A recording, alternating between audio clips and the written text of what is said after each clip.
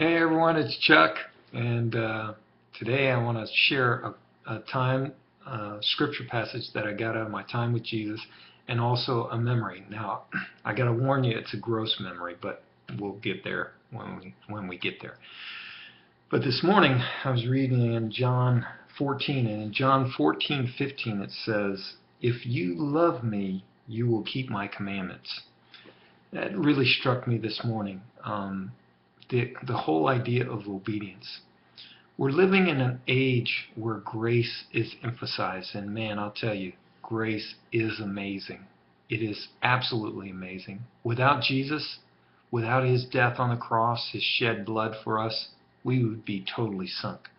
And it's by grace that God even brings us to himself through that shed blood of Christ. But here's a thought.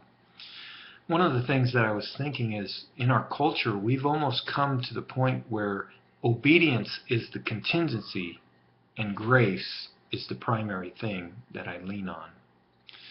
And in some ways, it should be, obedience should be the direction that I head, and grace is the contingency that covers me when I'm disobedient.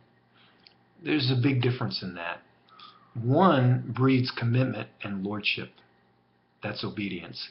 The other, without obedience, without appreciation, can lead to kind of this idea of obligation, that somehow God is obligated to demonstrate grace to me. And we put God in a place where he is subordinate to us.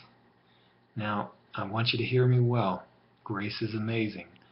But we should strive to be obedient. Jesus says, if you love me, you'll obey my commands. Dallas Willard said that grace is not opposed to effort, it's opposed to merit.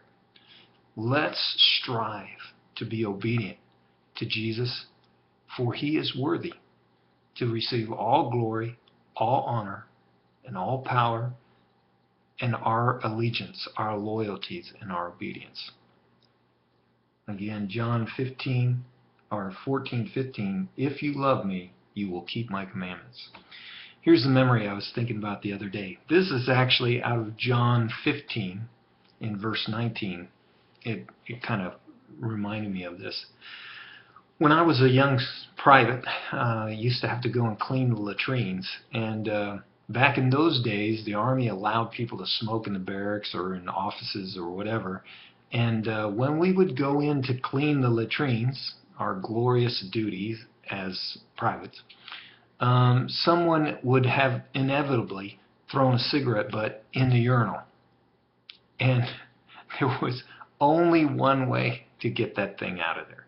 You couldn't brush it out. There was only one way to get that cigarette butt out of the urinal. I told you this was gross.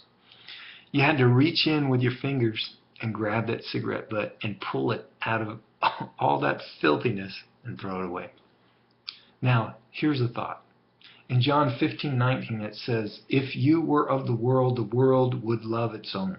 But because you are not of the world, I chose you out of the world. Now, it's interesting, that Greek word is eklego.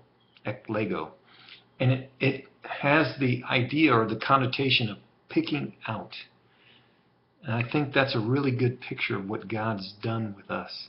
He's reached into the nastiness, the grossness of this world, and he's picked us out with his very fingers. And instead of throwing us away like a cigarette butt, he's embraced us and he's taken us in. That's the kind of God I want to serve. That's the kind of God I want to demonstrate all loyalty and allegiance and obedience to. That God who has picked me out of all that grossness and then embrace me and love me. Okay, that's enough for today. We'll see you next time.